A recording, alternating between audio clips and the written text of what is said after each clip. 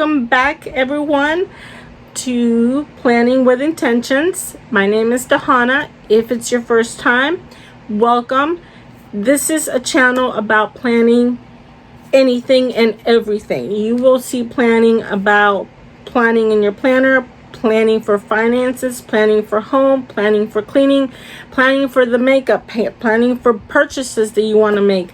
Any planning, anything that you want to plan, which applies to every section in our life, you will find a video in this channel from now on.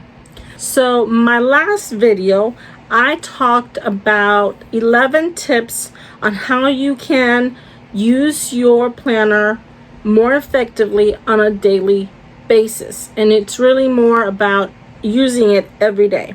If you have not watched that video, I will link it up below and down in the description so you can go ahead and watch that. Today's video is in regards to sections that you should have in your planner.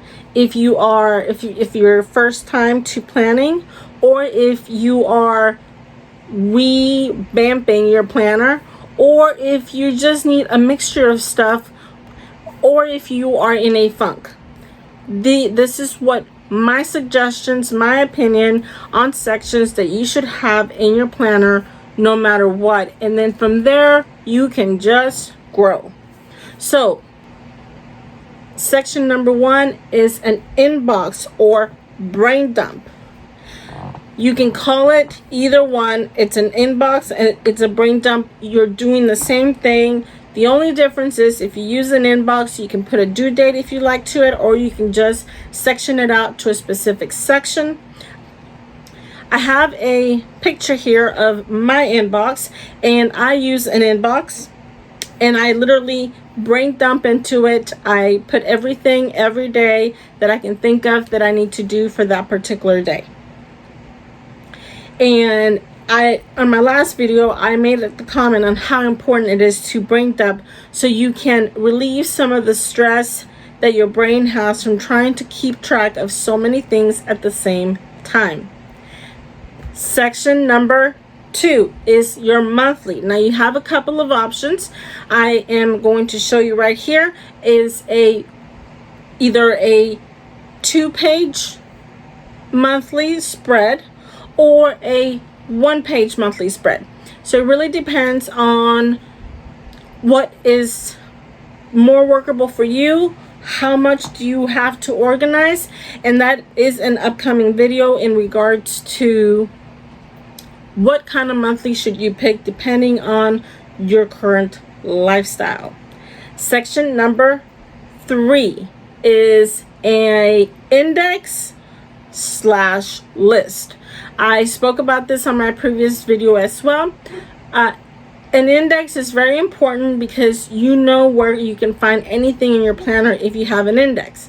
But you can use an index as well / a list for all those extra sections that you really want to have in your planner, but you just don't want to overwhelm yourself, or if you really don't know how to section it out.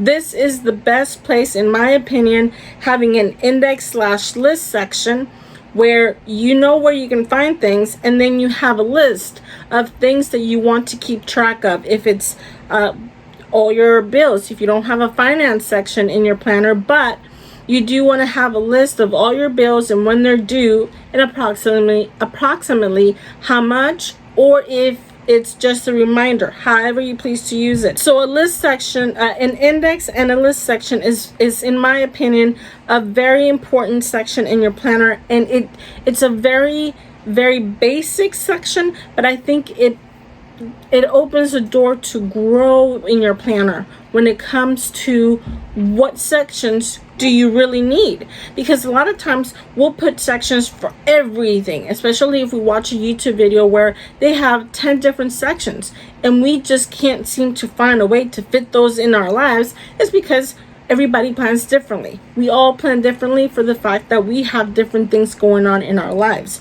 So if you have an index/list section, you can find everything you need in your planner, and you can have list sections for everything that you may be considering adding into your planner.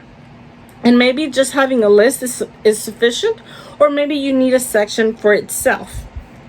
Section number 4 is a weekly. Section number 4 is a weekly insert.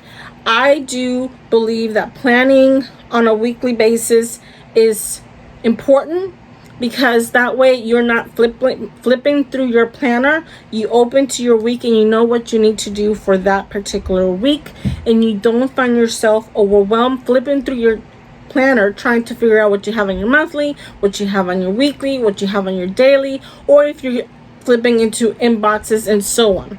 So having a weekly keeps you track for that particular week. You need a weekly in your planner.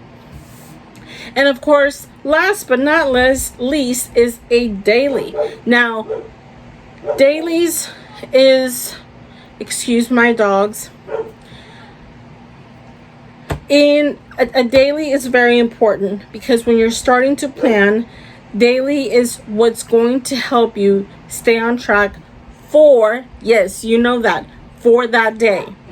You need that day to be on track, to know that you have certain things, and on that day you're going to prioritize what you want to accomplish for that day, and only that day. You're not going to worry about the entire week. You're not going to worry about the entire month, only for that day. So guys, these are the sections in a planner that, in my opinion, you should have to begin with. And this is the basic standard sections in your planner, and from there you have the opportunity to make a great planning system that will work for you, because it's not overwhelming. It's very simple and very basic. If you like this video, I would really appreciate it if you like and subscribed. And if you did pick up any tips on this video, the next following video, we will be talking about how to use your planner when you really don't have a lot going on. A lot of times we can, what are we going to put in our planner? Do we even need a planner if we don't have anything that is going currently on? So that will be my next video, so make sure to keep that in mind. Thank you so much for watching, and I'll see you guys next time. Bye.